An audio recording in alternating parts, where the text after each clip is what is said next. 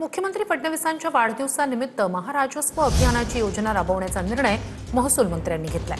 राज्यातील 288 विधानसभा मतदारसंघांमध्ये योजना राबवली जाणार असल्याची माहिती बावनकुळे यांनी दिली आहे। महाअभियानाच्या माध्यमातून राज्यातील 50 लाख कुटुंबांपर्यंत शासकीय सेवा आणि विविध योजनांचे लाभ पोहोचवण्याचं उद्दिष्ट असणार आहे। 22 जुलैला माननीय मुख्यमंत्री देवेंद्र फडणवीस यांचा जन्मदिवस आहे आणि या निमित्ताने महसूल विभागाने राज्याच्या 288 विधानसभेमध्ये छत्रपती शिवाजी महाराजस्व अभियानाची योजना तयार केली आहे आणि सेवा हमी कायद्याच्या सर्व सेवा